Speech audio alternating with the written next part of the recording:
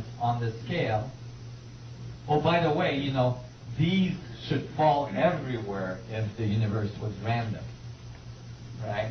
And they don't. They all fall on a very linear progression from universal size to atomic size. Now, if you look at the differences, if you look at the length between the data points, interestingly, when you subtract the length from each other, you get the phi ratio on that big of a scale. The exact ratio that you find everywhere in nature. The exact ratio that Kepler used to describe the scaling law for our solar system. That scaling law that Kepler came up with by embedding geometries together, which is a crazy idea. It's like, oh, I'm going to embed geometries together and figure out all the orbits of the solar system out of it. It worked. His solution is still the most accurate solution at 99.9% accuracy. And it uses the phi ratio. Well, this is like Kepler's scaling law, except it's for the whole universe and everything in it. And it generates the phi ratio, which is the phi ratio we see everywhere in nature. So you know you got it right. You guys all followed this? Now you start to see yourself as a scale, as a resolution in an infinite scale of space. You are the event horizon, you are the boundary between infinitely big and infinitely small. Go ahead. Does biological transmutation of elements fit into this? The question is, biological transmutation of elements fit into this? It does, because if everything is a black hole at different scale, you should be able to move the scale. If you understand that and you understand the geometry under which that happens, you should be able to move the resolution up and down the scale. And by doing so, you would change the elements. So it is a key component to eventually being able to change one element into another in a laboratory. And we'll see tonight and this afternoon how the ancient alchemist knowledge is directly related to this, and how the geometry of the vacuum functions. That's why the alchemists had all this geometry embedded in their knowledge. So this is extremely significant, the scaling law, and it's just about to get published. And we're publishing it first in a very broad peer-reviewed journal, so that we can publish it as a whole with all the writing, because it's fairly long. But as well, we're publishing the solutions, the mathematical solution, in various mathematical journals, and I'm hoping that I'm sure that it's going to be ignored largely at first, because that's always the way things go. But eventually, it will get noticed, because the solutions are extremely accurate and they work for unification.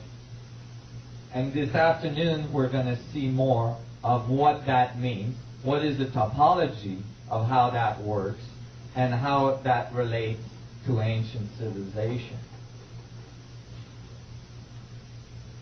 So to finish on this before we go to lunch, this geometry then, the geometry of the collapse, generates all of the scales of the black hole dynamics, each boundary being one of the resolution of the fractal structure, from universal size right down to subatomic particle size. And this geometry is what dictates where the structure occurs, where the boundary occurs. Infinite boundaries within boundaries. Well, that actually happens in a human body. The cells of a human body divide exactly that way as well. So not only does the cell obey the Schwarzschild condition of a black hole, but the cells, I have a little movie I'm going to show you on this. The cells actually self-organize in the very specific geometry of the structure of the vacuum and generates all of the complexity of a human being or anything else that it's building. Let me see if I can find it. Division.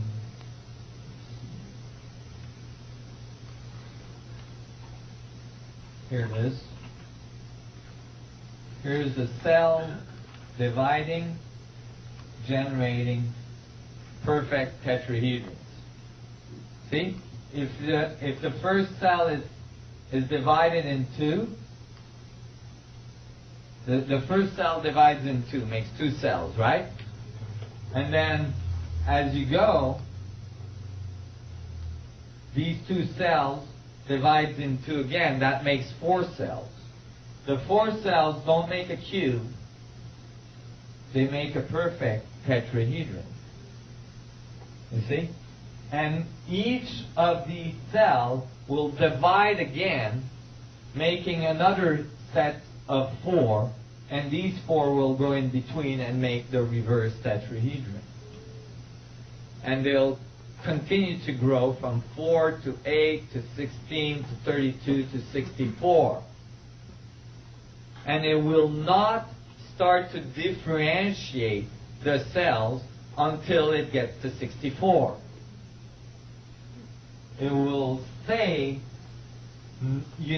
T cells are fundamental cells until it gets to 64. And then at 64, then it starts to make brain cells, heart cells, liver cells, and all sorts of other cells. So you all went through this very specific geometry to get here.